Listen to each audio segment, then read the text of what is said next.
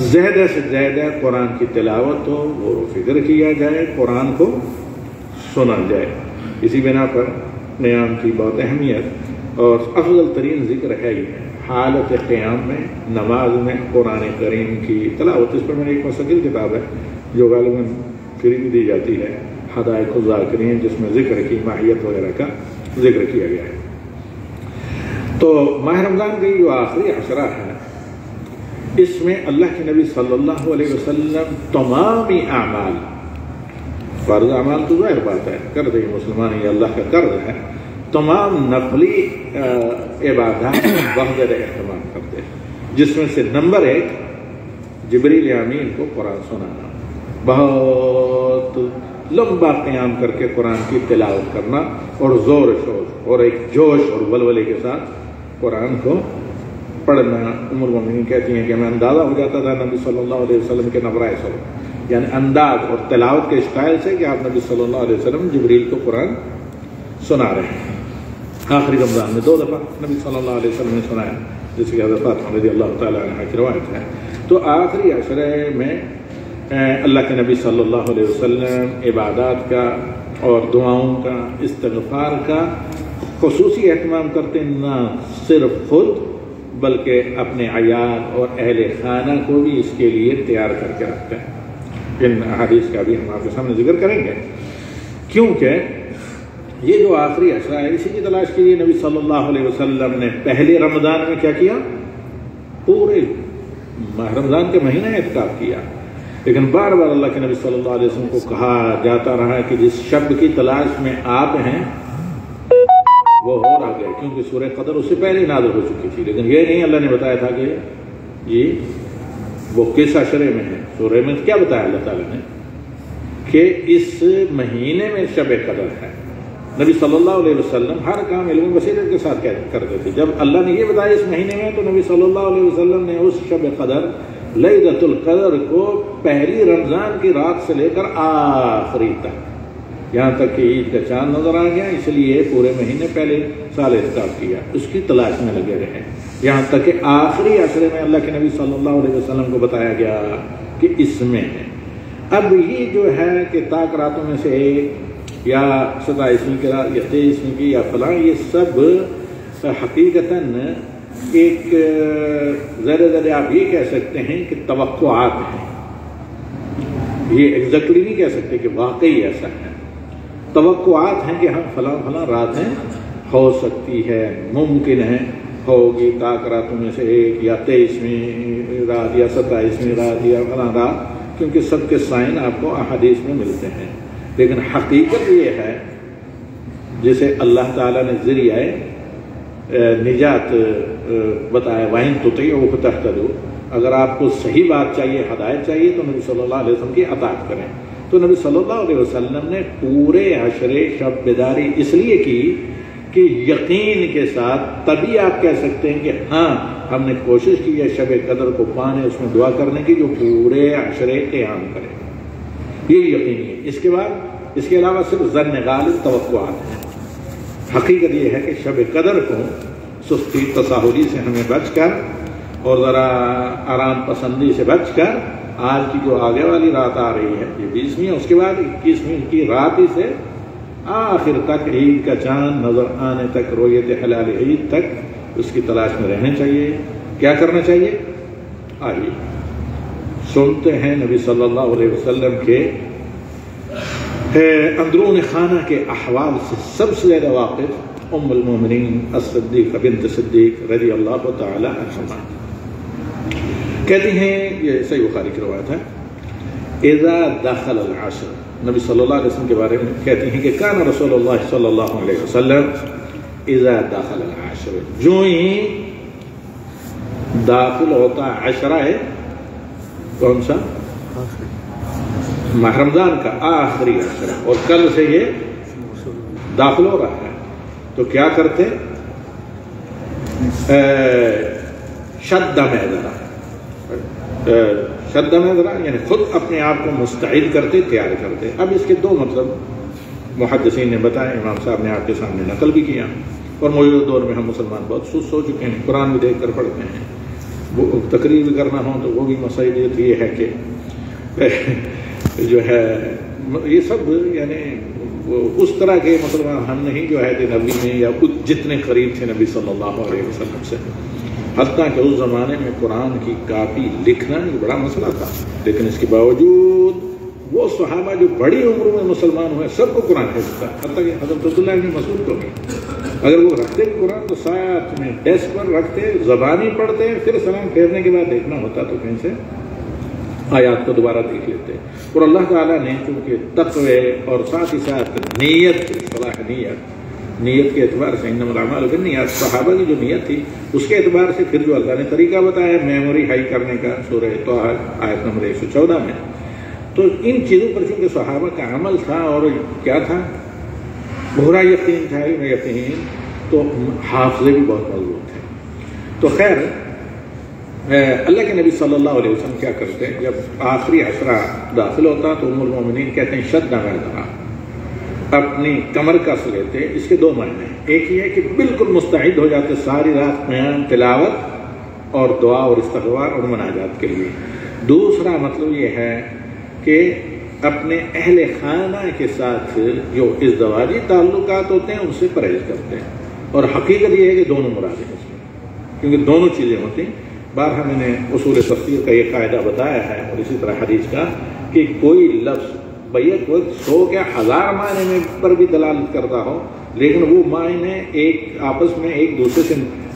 ٹکراتے نہ ہوں بلکہ ایک دوسرے کی تائید ہو، تو وہ سب معنی بیک وقت مراد لیے جاتے ہیں قرآن کی آیات کی تفسیر میں، کیونکہ ہر ایک معنی ایک دوسرے کی تائید کرتا ہے۔ تو شد بیضرہ میں یہ دونوں چیزیں بیک وقت داخل ہیں، اور نبی صلی اللہ علیہ وسلم کے عمل اور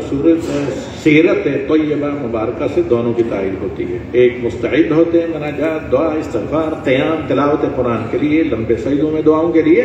اور مزید کیا کرتے ہیں دیگر خان کی جو امور ہیں عام سال بھر کے، جیسے رمضان کی شبوں میں، حالانکہ اللہ تعالیٰ نے کیا کہا ہے احل لکم لیلۃ الصیام الرفث الی نسائکم، کہ ازدواجی تعلقات اپنی بیویوں سے ماہ رمضان کی راتوں میں ملنا مباح ہے، لیکن افضل یہ ہے کہ آخری عشرے میں جو اعتکاف کرے وہ اس سے اجتناب کرے۔ تو نبی صلی اللہ علیہ وسلم ظاہر بات ہے اعتکاف میں منع ہے، حتیٰ کہ رات میں بھی، تو اعتکاف مسجد میں ہوتا ہے، تو مسجد کے آداب ہیں جیسے کہ آپ جانتے ہیں۔ تو اللہ کے نبی صلی اللہ علیہ وسلم ایک تو مستعد ہوتے ہیں، اور دوسرے اہل خانہ سے اپنی بیرونات سے اس کے قرب سے اجتناب اور پرہیز کرتے ہیں۔ پھر آپ تو کرتے ہی نبی صلی اللہ علیہ وسلم خود، لیکن وَأَحْيَا لَيْلَهُ وَأَيْقَظَ أَهْلَهُ سے کہتے، اپنے بال بچوں کو، عیال کو بھی بیدار کر کے رکھتے، انہیں بھی نیند کا آرام نہیں کرنے دیتے، کیونکہ سال میں تو بار بار آنے والا نہیں، ایک مہینہ۔ اور وَأَحْيَا لَيْلَهُ، اور یہ راتیں جاگ کر گزارتے، یا تو راتوں کا اکثر حصہ اور پوری راتیں، کیونکہ نبی صلی اللہ علیہ وسلم اعتکاف کرتے تھے، تو ظاہر بات ہے پوری راتیں اللہ کے نبی صلی اللہ علیہ وسلم قیام، رکوع، سجود میں گزارتے۔ اور اس میں اس سلسلے یہ ممانعت نہیں کہ گھر سے کوئی آ کر کچھ دیر بیٹھ کر بات کرے، جیسے حضرت صفیہ کا مشہور واقعہ ہے کہ اعتکاف میں تھے، نبی صلی اللہ علیہ وسلم آئیں، کچھ دیر کا بیٹھ کر جانے لگیں، تو نبی صلی اللہ علیہ وسلم قریب گھر کے قریب تک پہنچانے کے لیے گئے۔ اسی طرح آتے جالتے ہوئے سلام بھی کیا جا سکتا ہے، خیریت بھی پوچھی جا سکتی ہے، لیکن مسجد کو چھوڑ کر گھروں میں نہ داخل ہوں۔ تو سب سے عظیم عبادت ہے کیا؟ اعتکاف۔ اور پھر اس عشرے کی یہ اہمیت ہے، جیسے میں نے بتایا لیلۃ القدر کی وجہ سے، جس پر اللہ تعالیٰ نے مستقل ایک سورت نازل کی، اور 1000 مہینوں کی عبادت سے اسے خیر قرار دیا، اتنا ہی نہیں قرار دیا۔ پھر حضرت انس کی روایت آپ کے سامنے آئی، جس میں روایت کرتے ہیں کہ اللہ کے نبی صلی اللہ علیہ وسلم نے فرمایا کہ فیہ لیلۃ خیر من الف شہر، ایک ایسی رات ہے یہ سب کے لیے خیر اس کے لیے جو اس کو میں عبادت کرے، مناجات کرے، استغفار کرے، قیام کرے، رکوع کرے، سجود کرے، تلاوت کرے، حتیٰ کہ معذور خواتین بھی۔ یہ ضروری نہیں کہ آپ قیام ہی کریں، یہ ضروری نہیں کہ آپ قیام ہی کریں، اصل مسئلہ یہ ہے کہ ہر آدمی اپنی سہولت کے اعتبار سے ذکر و اذکار، ہر آدمی اپنی سہولت کے اعتبار سے کیا کرے؟ ذکر و اذکار کرے، اپنی سہولت جس کو سہولت تلاوت کرنے کی وہ تلاوت کرے، جو لیٹ کر تلاوت کر سکتا ہے وہ لیٹ کرے، جو لیٹ کر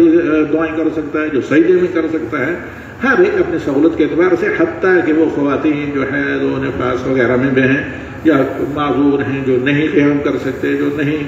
تراویح پڑھ سکتے وغیرہ، سب اپنی، کوئی کچھ نہیں کر سکتا تو صرف دعا اور استغفار۔ الغرض جو بھی اس شب کو اللہ کے ذکر میں اپنی سہولیت کے اعتبار سے گزارے، وہ اس کے لیے 1000 مہینوں سے بہتر ہے، اور 1000 مہینوں تھوڑی شامت بھی بن سکتی ہے۔ فلیعوذ باللہ، اللہ تعالیٰ بچائے، نعوذ باللہ، اگر اس کی ناقدری کی جائے، اللہ تعالیٰ ہمیں قدر کرنے والوں سے بجائے شب قدر کو۔ اسی میں سال بھر کے فیصلے جو آلریڈی لوح محفوظ میں لکھے ہوتے ہیں، تو محررین جو ملائکہ ہیں ان کو لوح محفوظ سے وہ فائل ہینڈ اوور کی جاتی ہے کہ اب سال بھر میں دوسری شب قدر تک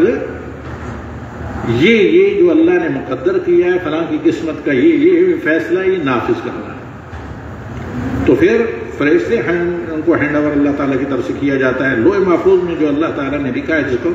اللہ کے علاوہ فرشتوں کے کسی کو علم نہیں۔ پھر اس شب قدر میں اللہ تعالیٰ کہتا ہے فیہا یفرق کل امر حکیم، اس میں پھر تمام اہم فیصلے جو ہوتے ہیں ان کی ڈیٹیل اور تفصیل فرشتوں کو دی جاتی ہے۔ اس لیے کثرت سے دعا کرنی چاہیے کہ دعا قنوت میں کیا ہے، وقنی شر ما قضیت، اے اللہ میرے گناہوں کی وجہ سے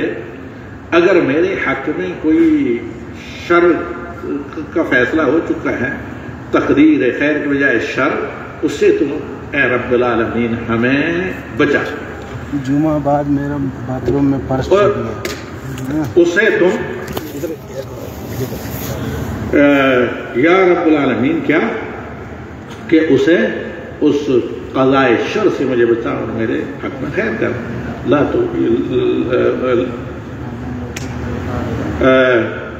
لا يرد القدر الا بالدعاء، دعا ایک ایسی چیز ہے جس سے بندوں کے نقطۂ نظر سے تقدیر جو بندے کے اپنے اعمال سے اس کے بارے میں شر ہونے والی ہوتی ہے، اللہ اس کو خیر میں بدلتے ہیں۔ تو یہ کیا ہے، آپ کہیں گے تقدیر کیسے بدلتی ہے؟ یہ جو تبدیلی ہے یہ بھی تقدیر ہے، یہ بھی آلریڈی مقدر ہے کہ ہاں فلاں بندے کے اعمال کی وجہ سے فلاں شر مقدر ہو چکا تھا، لیکن اللہ نے دعا کے نتیجے میں اپنی رحمت سے اس کو اس کے حق میں خیر میں تبدیل کیا۔ تو کثرت سے دعا، حضرت انس کہتے ہیں کہ نبی صلی اللہ علیہ وسلم نے کہا کہ من حرم خیرہ، جو اس کی خیر یعنی اس کی عبادت، اس میں اچھے کام کرنے سے محروم رہا، وہی حقیقی محروم ہے۔ اللہم لا تجعلنا من المحرومین۔ اس کے بعد ام المؤمنین حضرت عائشہ صدیقہ رضی اللہ تعالی عنہ کی روایت ہے، جس میں کہتی ہیں کہ میں نے کہا یا رسول اللہ، چونکہ ظاہر بات ہے خاتون خانہ اور دیگر بہت سی ذمہ داریاں ہوتی ہیں، یا رسول اللہ اگر میں شب قدر کو پا لوں تو کیا ذکر، کیا عبادت کروں؟ تو نبی صلی اللہ علیہ وسلم نے اسٹریٹ فارورڈ، بہت مختصر لیکن بہت جامع دعا ہے، کیا؟ اللہم انک عفو تحب العفو فاعف عنی۔ یہ کئی لینگویج کے ترجمے کے ساتھ پوسٹر ہمارے ہیں انسٹاگرام وغیرہ اور دیگر اس میں ہیں سوشل القلم میڈیا۔ تو اے اللہ تو معاف کرنے والا ہے، معافی کو پسند کرتا ہے اور مجھے معاف کر دے۔ حافظ ابن رجب رحمہ اللہ لکھتے ہیں، مشہور بغدادی عظیم عالم، کہتے ہیں کہ یہ جو آخری ہے یہ شب قدر میں معافی کی دعا، یہ اس بات کی دلیل ہے کہ یعنی وہ صالحین عارفین یعنی جو حقیقی معنوں میں اللہ کو پہچانتے ہیں، اللہ کے حق ادا کرنے کی کوشش کرتے ہیں اپنے بساط بات، یعنی وہ اتنی عبادات کر چکے ہوتے ہیں، اتنی دعائیں کر چکے ہوتے ہیں، اتنا کچھ کر چکے ہوتے ہیں کہ اب ان کے سامنے مانگنے کے لیے اور کچھ نہیں ہوتا تو وہ کہتے ہیں اے اللہ مانگنے کے آداب میں، قیام میں، اس مہینے کی قدر میں ہم سے جو ناشکری کوتاہی تقصیر ہوئی ہے تو تیری معافی کے طالب ہیں۔ کیونکہ نبی صلی اللہ علیہ وسلم فرائض کے بعد حج ہو، فرض ہو، نمازیں ہم کیا کرتے تھے؟ استغفار کرتے تھے۔ کہا کہ وہ عارفین جب جتنا جی بھر کر سب کچھ اللہ کو راضی کرنے کے لیے کر لیں، اللہ سے مانگ لیں، پھر کہتے ہیں کہ اے اللہ جتنا ہمارا بس تھا، جتنی تیری توفیق تھی ہم نے کی، پھر بھی اے اللہ ہم سے بہت تقصیر، بہت کوتاہی، بہت کمی ہوئی ہے، نہ تیرے حق کو نہ تجھے پہچان سکے جیسے تیرا حق ہے، اور نہ تیرا تیری عبادت جیسی کرنی چاہیے تھی ویسے کر سکے، نہ اس معیار اور اس کلاس ہائی کلاس کے ساتھ ہم کر سکے جیسے تیرا حق تھا، تو اب معاف کرنے والا بھی تیرے سوا کوئی نہیں، تو ہی معاف کرنے والا ہے اور مجھے معاف کر دے۔ تو یہ اگر کوئی کچھ بھی نہ ہو، کوئی خاتون، کوئی بچہ، کوئی کسی کو کچھ بھی یاد نہ ہو، آخری حصے میں ہمیشہ اپنا کام کرتے ہوئے بھی صرف یہ کہے اللہم انک عفو تحب العفو فاعف عنی، تو وہ 1000 مہینے کی عبادت اللہ کے لیے بعید نہیں کہ اس کا اجر کہیں گنا زیادہ ہے اپنے اس بندے یا بندی کو اللہ رب العالمین عطا کرے، اور اللہ سے کثرت سے جو جائز مشروع چاہے تو بندے کی دعا کرے، کیونکہ قضاء و قدر اللہ کے ہاتھ میں ہے، اور شر سے خیر میں تقدیر دعاؤں کے نتیجے میں اللہ تعالیٰ بدلتا ہے، اور یہ بھی اللہ تعالیٰ کی طرف سے اپنے فضل و رحمت سے مقدر ہوتا ہے۔ اور اس کے بعد کئی کا حدیث سے ہم آتے ہیں ذرا ایک اور اس کی طرف، قرآن آیات کی طرف جو خطبے کے دوسرے حصے میں ہے۔ ابو سعید خدری رضی اللہ تعالی عنہ کی اس سلسلے میں روایت ہے کہ اللہ کے نبی صلی اللہ علیہ وسلم آخری عشرے میں کثرت و عبادات تو کرتے ہی، تلاوت قرآن پاک، لیکن اسی طرح کیا صدقہ اور خیرات دیگر چیزیں۔ یہاں پر اب میں ختم کرنے جا رہا ہوں، وقت کافی ہو چکا ہے، اور وہ یہ کہ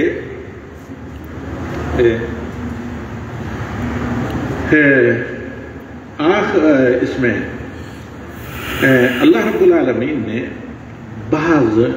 باتوں کی طرف متنبہ کیا ہے۔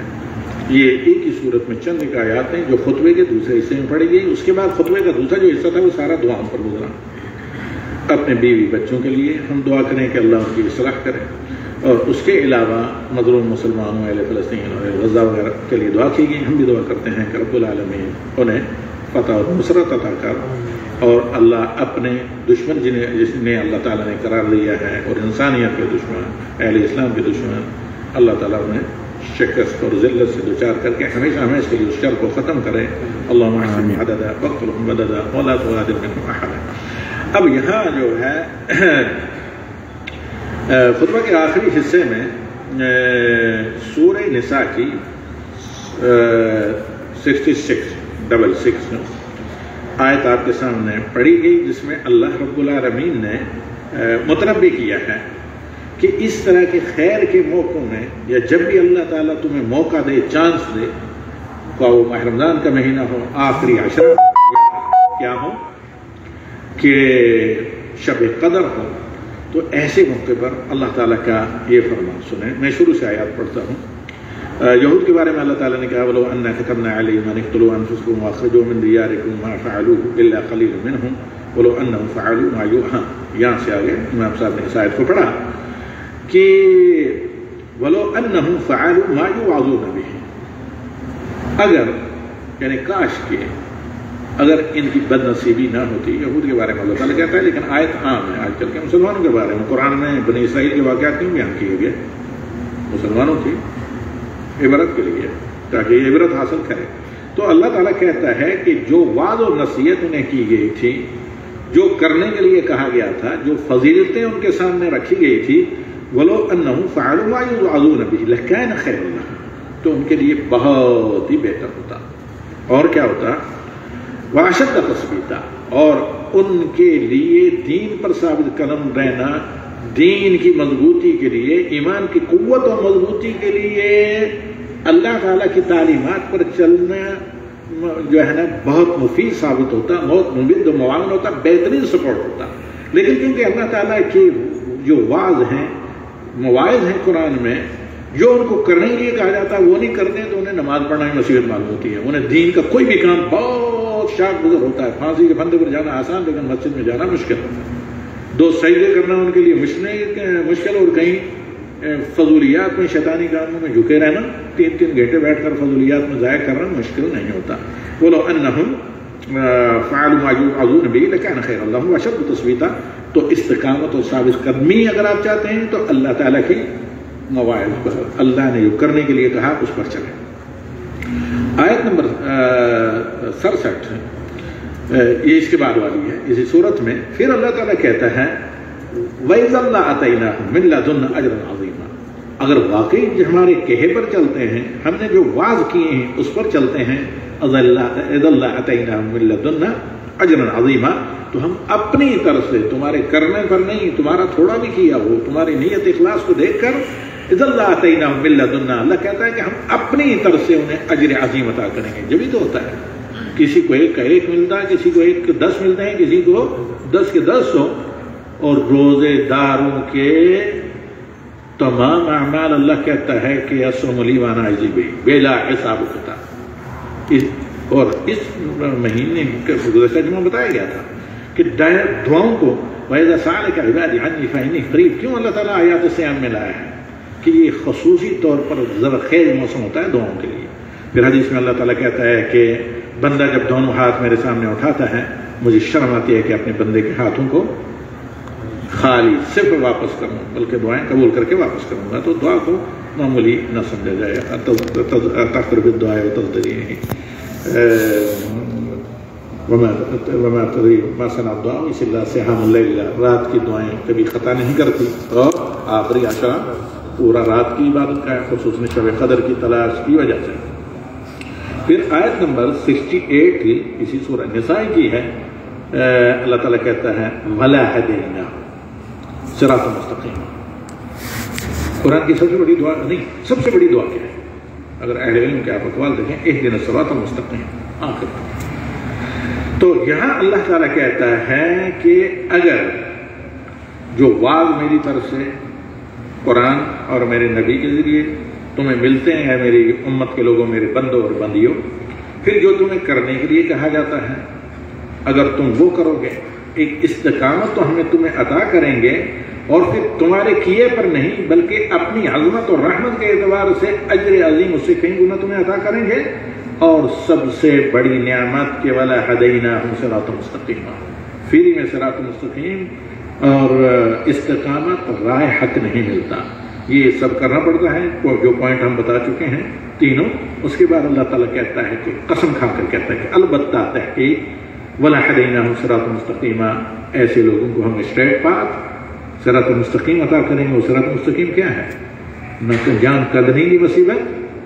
نہ قبر کے عذاب، نہ محشر کی حشر سامانی، نہ پل صراط کی گھبراہٹ، اور نہ جہنم کے شعلے کی کوئی لپٹ، سیدھا نان اسٹاپ بے امان اور معاصران جنت کے مین گیٹ پر۔ اور کچھ وہ خواتین، کچھ وہ مرد ہوں گے جن کے لیے 8 کے 8 دروازے جنت کے کھلے، کہ کہاں کھلے ہوں گے؟ وہ جہاں جا کر صراط مستقیم مکمل ہوتا ہے۔ تو یہ اللہ کا وعدہ، پھر دیکھ لیں وَلَا هَدَيْنَاهُمْ صِرَاطًا مُسْتَقِيمًا۔